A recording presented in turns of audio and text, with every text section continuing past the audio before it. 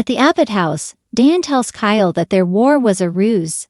Kyle protests. They've been arguing for weeks.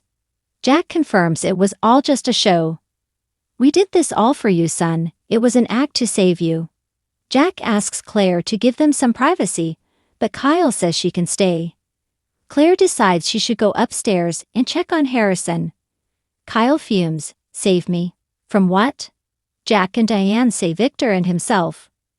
Kyle says he can handle himself with Victor. They saw how deep Victor was getting his claws into him, and they didn't want that. Dean says he was only using him to hurt his father. They tried to warn him, but he wouldn't listen, so they took extreme measures to open his eyes to the truth. Kyle says the truth is that he thought their marriage was over. He was ready to write his mother off, and they said terrible things to each other. This was for my benefit. Jack and Diane hated it. She says it broke her heart to be so awful to Kyle. Elena joins Summer and Daniel at Phyllis' hospital bed and tells them she's stable, but she isn't responding. A neurologist is on the way. She'll let them know as soon as results from her tests come in. She assures them she's in good hands and leaves. Daniel and Summer discuss Nick saying their mother had been run off the road. Daniel wonders what if this wasn't an accident. Summer can't think about that right now. Chance comes in and asks for an update. Summer asks where her dad went. Chance isn't sure. He should be there by now. He tells them when they got there, Phyllis' car was on fire. There were tire marks indicating someone swerved into her lane. Summer asks about the other car.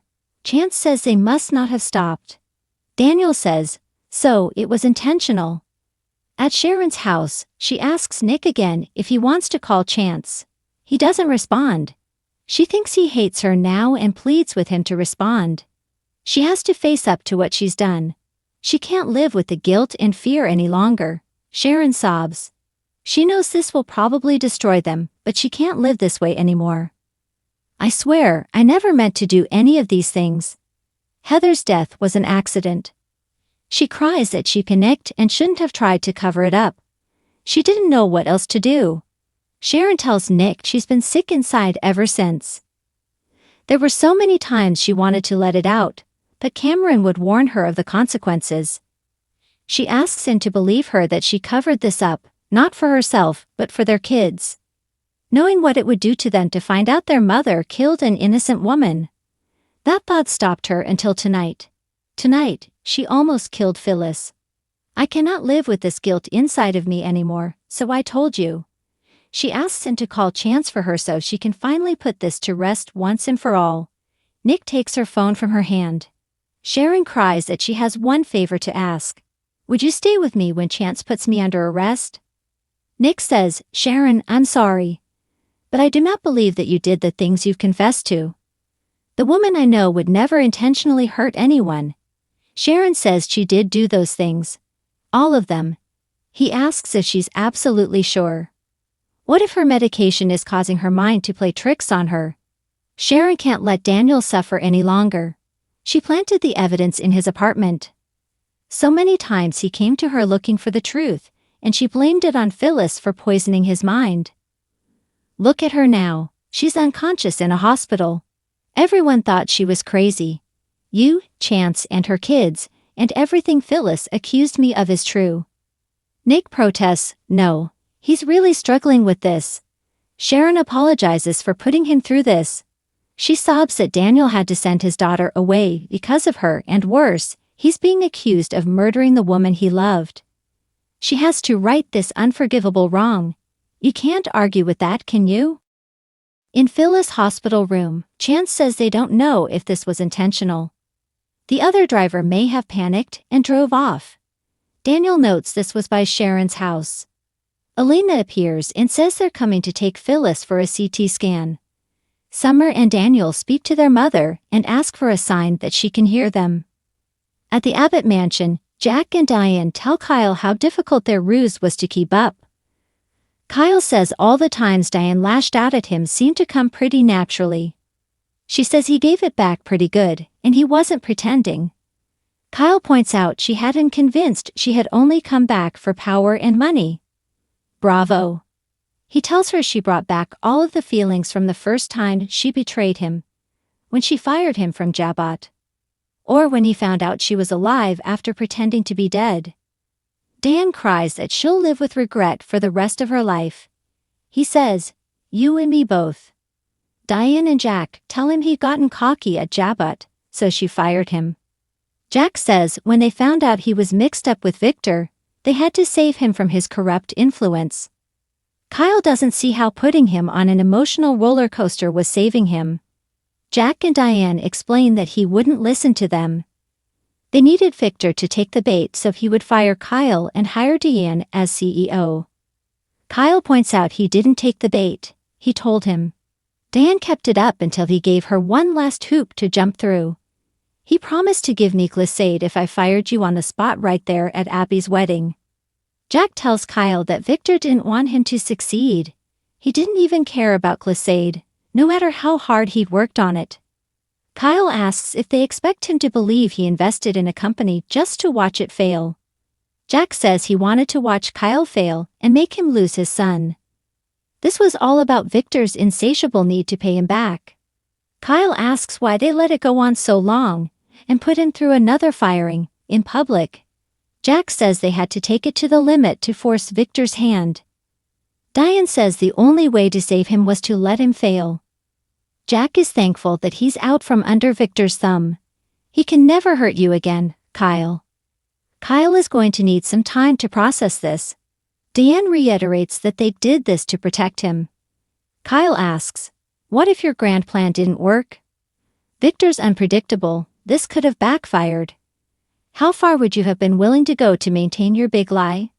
Would you have been willing to actually lose everything? Diane says she was prepared to sacrifice everything to save Kyle from Victor. Kyle muses that she's the protective mother again. What happened to wanting it all? Diane says there's some truth to that, but for him, she'd give it all away if she had to. "We love you." Jack hopes with time he'll realize they did this for the right reasons. Claire reappears and Kyle tells her, perfect timing. "Let's get out of here." At Sharon's place, Nick agrees this can't go on any longer. It's not fair to Daniel and Lucy. Sharon asks him to call Chance for her. She can't do it without breaking down. Nick pulls out his phone and makes the call. Chance answers and asks where the hell he is. Nick asks for an update on Phyllis. Chance says she's still unconscious. Nick asks about Daniel and Summer. Chance says Daniel is holding it together and Summer's asking for him. Nick tells him he's at Sharon's and they have a situation there. He needs to come out right now. Chance says he's on his way. Nick disconnects. Faith comes in and notices Sharon's been crying. "Mom, what is it?" At the hospital, Chance tells Summer and Daniel that Nick called and he has to go meet him. Daniel asks if this is about Sharon. Chance doesn't have specifics and cautions against jumping to conclusions.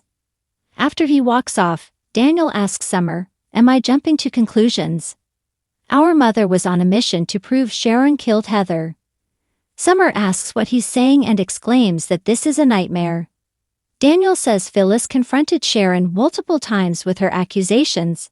Sharon got caught snooping in their mother's hotel room, and the next thing you know she's been run off the road down the street from Sharon's house.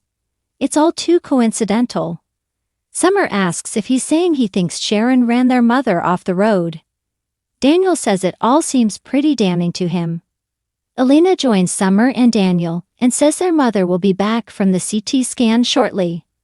She has an injury involving the brain striking the skull after an impact. There's nothing they can do but watch and wait. At Sharon's place, Faith asks, "What is it?" Sharon announces she has to change her clothes before Chance gets there. She asks Nick to tell Faith what's going on and warns him not to hold back. Sharon leaves the room and Faith starts panicking. She heard there was an accident near there and wants to know why they're waiting for Chance. Just then, Maria comes in. Faith tells her their mother is super upset about something, and her dad was just about to tell her why. Maria asks, "Nick, what is it?" Nick sighs. "Your mother just confessed to killing Heather." Maria and Faith don't believe it. Nick says Sharon's description of that evening is frighteningly detailed. She's having problems with her meds and blackouts. She doesn't think she knew what she was doing. Faith cries, "Oh my God. That's why you called Chance. Mom is going to turn herself in, isn't she?" Mariah gawps. "What?" Faith cries that there's no way her mom killed anyone. She thinks her mom has been led to feel paranoid and delusional. This was all Phyllis' fault.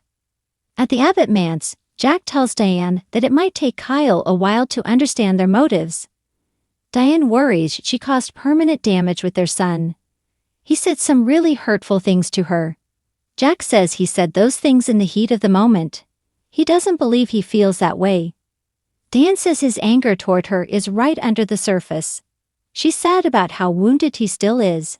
Jack knows this was painful to listen to, but they forced him to that point for a reason. Diane worries about the arguments they had. It felt real. Jack assures her he has no hidden resentment. He's sorry for any pain he caused. He just wanted to be convincing. Diane fears they were too convincing and lost Kyle anyway. At the club bar, Claire can't believe Kyle's parents went to those lengths to make a point about her grandfather. Kyle feels completely blindsided and numb. He asks what Claire thinks, and how she feels about learning that her grandfather is a spiteful, vengeful man. Claire says his ruthlessness in business and his rivalry with Jack have been well documented, but she's not part of this. The only thing that matters is how he feels about it all. Can he accept that his parents did this all for him?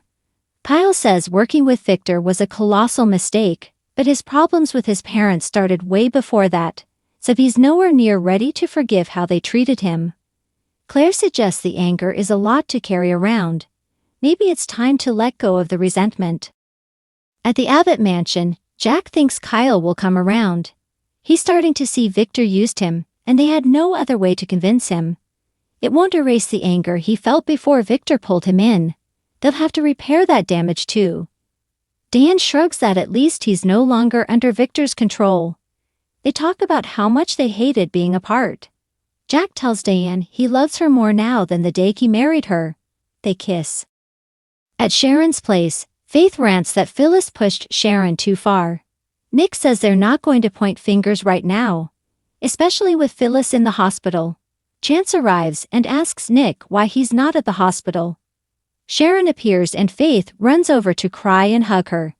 Sharon tells her daughter that she's sorry to say that it's all true. Chance asks what the hell is going on. Sharon says, "Phyllis was right. Daniel is innocent. I framed him. It was all me. The DA needs to drop the charges against him immediately, and you need to arrest me for the murder of Heather Stevens."